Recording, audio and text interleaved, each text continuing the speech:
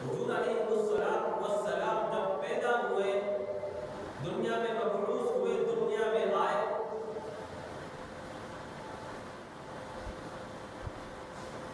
جہالت کا دور تھا،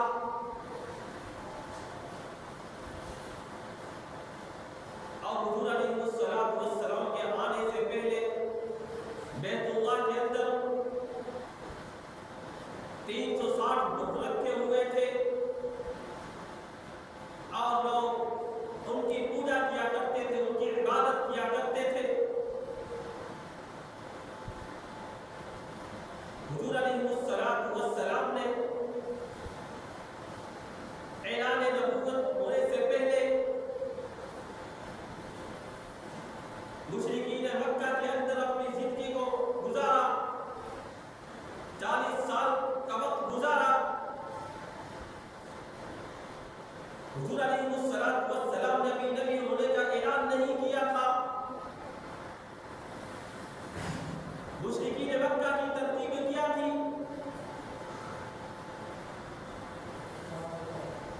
وہ حضور علیہ الصلوۃ والسلام کے آنے سے پہلے ان کا کردار اعمال کیا تھا کہ اگر ان کے پاس کوئی اولاد پیدا ہوتی، بیٹی پیدا ہوتی، تو کوئی اس کو قتل کر دیا کرتا تھا اور کوئی ان کو زندہ ہی قبر کی گھاٹ میں اتار دیا کرتا تھا۔ اسی طرح حضور علیہ الصلوۃ والسلام کے آنے سے پہلے دور جہالت میں لوگ عمل کیا تھا۔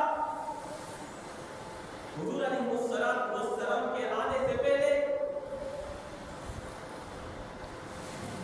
مشرکین مکہ اگر کسی کے اونٹ سے پہلے پانی پی لیا تو اسی کے اوپر آپس میں وہ لڑا کرتے تھے۔ علماء نے کتابوں میں لکھا ہے اسی چھوٹی سی بات کی وجہ سے 300 سال آپس میں لڑا کرتے تھے، ایک دوسرے کو قتل کیا کرتے تھے۔ حضور علیہ الصلوۃ والسلام کے آنے سے پہلے اگر وہ کسی کو دیکھتے کہ حاملہ عورت آ رہی ہے، آپ اس میں شرط لگاتے اور کہتے کہ بتا اس عورت کے پیٹ کے اندر بیٹی ہے اور بیٹا ہے، ایک کہتا بیٹی ہے، ایک کہتا کہ نہیں بیٹا ہے، آپ اس میں شرط لگاتے، کیونکہ جہالت کا دور تھا اور اسی شرط کی وجہ سے اس عورت کے پیٹ کو چاک کیا جاتا، اس عورت کے پیٹ کو پھاڑ دیا جاتا اور اس بچے کو دیکھا جاتا۔ اس طرح کا عالم تھا کہ حضور علیہ الصلوۃ والسلام اس عالم کے دور میں پیدا ہوئے۔ حضور علیہ الصلوۃ والسلام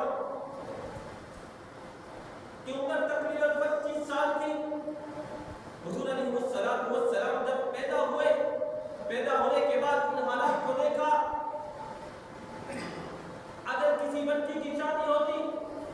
18-20 سال کی عمر میں تو لوگ یہ دیکھتے اگر اس کا شوہر سال 6 مہینے کے بعد مر جاتا، اپنی موت مر جاتا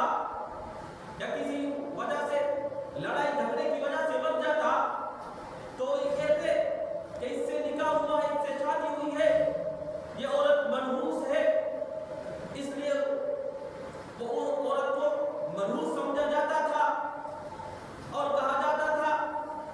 آئندہ کے بعد اس سے کوئی شخص نکاح